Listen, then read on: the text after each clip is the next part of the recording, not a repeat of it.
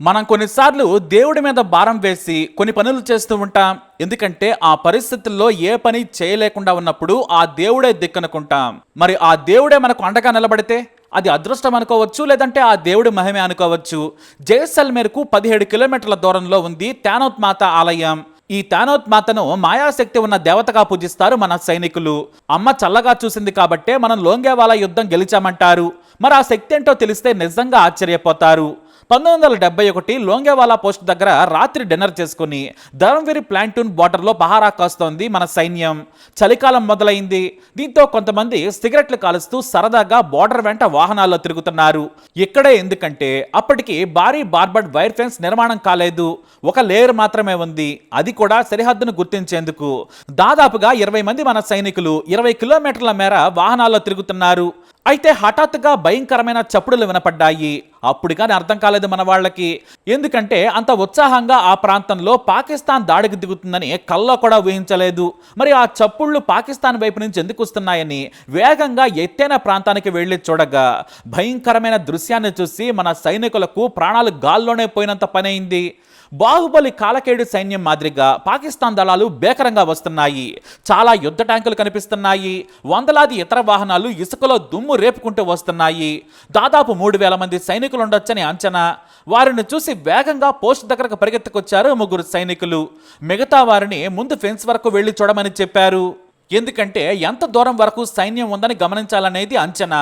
వారు ఒక అంచనాకు వచ్చి మళ్ళీ తిరిగి పోస్ట్ దగ్గరకు వచ్చి ఉన్నతాధికారులకు సమాచారం ఇచ్చారు. అసలు పాకిస్తాన్ దాడికి రావడం ఏంటని మరో యూనిట్లోని 2 సైనికులు ఫెన్స్ని కట్ చేసుకొని మరి బైక్ మీద పాకిస్తాన్ సరిహద్దుల్లోకి వెళ్ళిపోయారు. నిజంగానే భారీగా సైనికులు వస్తున్నారని గమనించి వెనక్కి వచ్చి కన్ఫర్మ్ చేశారు. దీంతో జైసల్మేర్ ఆర్మీ క్వార్టర్స్లో ఉన్న సీనియర్ అధికారులు పరుగులు పెట్టుకుంటూ వచ్చారు.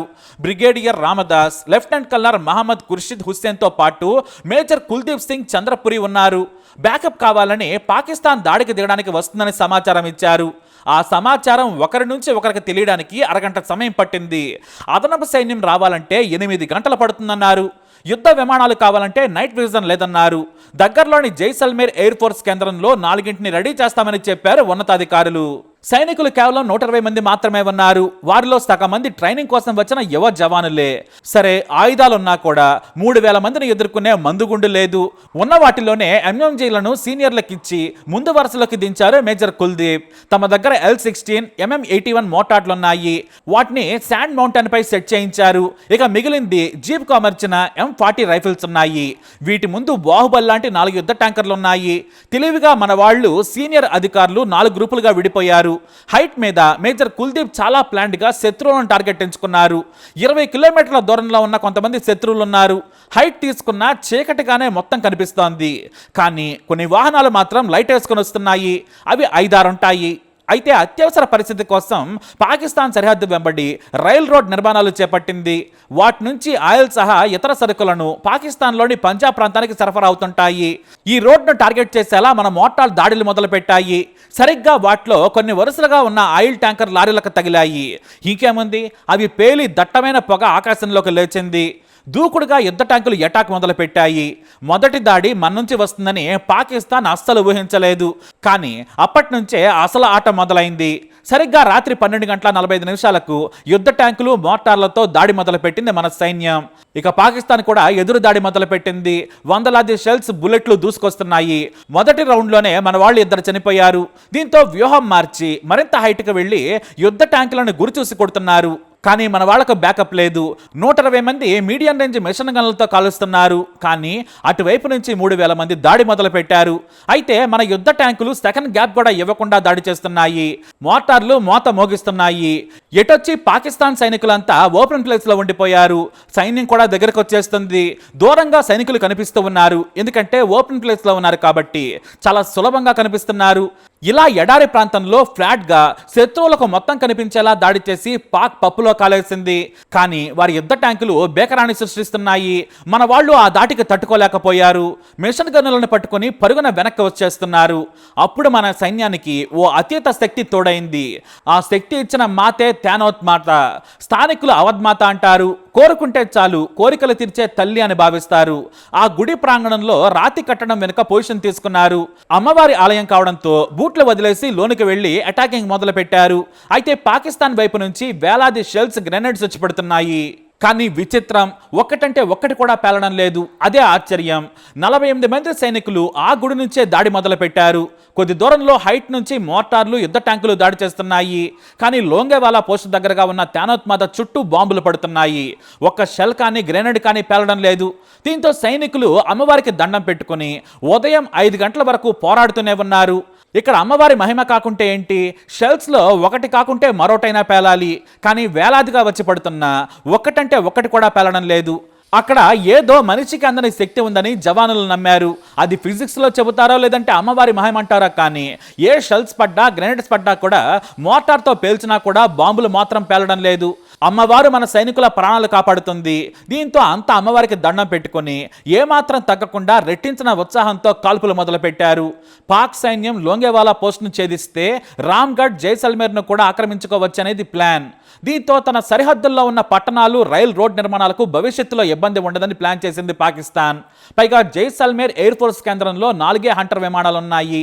పైగా వాటికి నైట్ విజన్ లేదని పక్కా ఇంటెలిజెన్స్ సమాచారంతో దాడికి దిగింది పాకిస్తాన్. కానీ మన సైనికులు 120 మందే ఉన్నా కూడా ప్రాణాలకు వడ్డీ పోరాడుతుంటే వారికి అమ్మవారి ఆశీస్సులు తోడయ్యాయి. అమ్మవారి దగ్గరకు వచ్చిన బాంబులు పేలడం లేదు. మన వాళ్లకు రాతి కట్టడాలు భద్రతనిస్తున్నాయి. రాతి బండలు జరుపుకొని మిషన్ గన్నులతో దాడి చేస్తూనే ఉన్నారు. దాదాపుగా 100లాది మందిని చంపేశారు. కానీ భారీ సైన్యం కావడంతో అతి దగ్గరకు వచ్చేసింది పాకిస్తాన్. అసలే చంద్రుడు కాంతివంతంగా ఉన్నాడు. తెల్లవారబోతుంది. సరిగ్గా అదే సమయంలో 4 హంటర్ యుద్ధ విమానాలు రంగంలోకి దిగాయి. కాస్త వెలుతురులో బాంబుల వర్షం కురిపిస్తున్నాయి. మన యుద్ధ విమానాల శక్తిని తక్కువ అంచనా వేశాయి పాకిస్తాన్ దళాలు. అరగంటలో 500 వాహనాలు, 300 మందిని నామరూపాలు లేకుండా చేసేశాయి. మన దగ్గర ఉన్న ఒకే విమానం యుద్ధ ట్యాంకులను టార్గెట్ చేస్తూ దాదాపుగా 30 యుద్ధ విమానాలను ధ్వంసం చేసింది. దీంతో దిక్కుతోచని సైన్యం శవాలను వెంటేసుకుని పారిపోవటం మొదలుపెట్టింది. 500 వాహనాలను ఎడారిలో వదిలేసి పరుగులు పెట్టారు. యుద్ధ ట్యాంకులన్నీ ధ్వంసమయ్యాక పొలోమని తెల్లవారుతుంటే ప్రాణాలు అరచేతులు పెట్టుకుని గన్లు వదిలేసి మరీ పీచేముడ్డన్నారు పాకిస్తాన్ సైన్యం. మన సైనికుల వీర పోరాటానికి 4 హంటర్ విమానాలు ముగింపు పలికాయి. ఏకదాటిగా 6 గంటల సేపు పాకిస్తాన్ సైన్యాన్ని బోర్డర్ దాటనివ్వకుండా 120 మంది నిప్పు కణికిల్లా పోరాడారు. అందులో 19 ఏళ్ల నవ యువకులు కూడా ఉన్నారు. పాకిస్తాన్ నుంచి కాల్పులు ముగిసిన తర్వాత ఒక్కసారి అమ్మవారి ఆలయంలోకి వచ్చి చూస్తే వేలాది బాంబులు, షెల్స్ పడి ఉన్నాయి. రాళ్ల గోడలు ముక్కలయ్యాయి. కానీ గర్భగుడికి ఉన్న గోడకు చిన్న గీత కూడా పడలేదు. అమ్మవారి మీద భారం వేసి పోరాడిన మన వాళ్లకు కూడా ఒక్క బుల్లెట్ కూడా తగలలేదు. కేవలం బయటన్న శాండ్ హిల్ పై ఉన్న కొంతమందికి బుల్లెట్ గాయాలయ్యాయి. పాక్ సైన్యాన్ని తునాతునకలు చేసి విమానాలు వెనక్కి వెళ్లిపోయాయి. రాత్రి మొదలైన యుద్ధం తెల్లవారేసరికి ముగిసింది. మరునాడు తెల్లవారుజామున వరకు చాలా మందికి యుద్ధం జరిగినట్లు దేశంలో కూడా ఎవరికీ తెలియదు. ఇక అమ్మవారి ఆలయంలోని బాంబులను, షెల్స్ ను జాగ్రత్తగా బయటకు తీసుకెళ్లి నిర్వీర్యం చేశారు. అవన్నీ కూడా మంచివే, మరి ఎందుకు పేలేదంటే అదే అమ్మవారి మహిమేమో. తెల్లవారుజామున అందరూ స్నానాలు చేసి వచ్చి అమ్మవారికి దండాలు పెట్టుకుని కొబ్బరికాయలు కొట్టారు.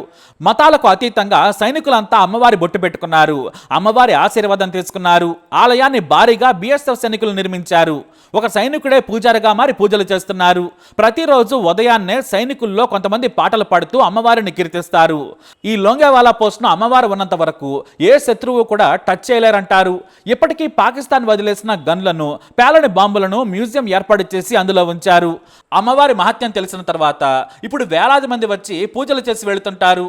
మన సైనికుల వీరోచిత పోరాటానికి తోడు అమ్మవారి ఆశీర్వాదం మనల్ని భద్రంగా ఉంచుతుంది. 1965లో కూడా ఈ అమ్మవారే మన జవానుల ప్రాణాలను కాపాడి శత్రువులను పారిపోయేలా చేశారు. ఇప్పుడు ఇటువైపు చూడాలంటే పాకుకు వెన్నులో వణుకు పుడుతుంది. జై జవాన్, జై హింద్, జై తానోత్ మాత.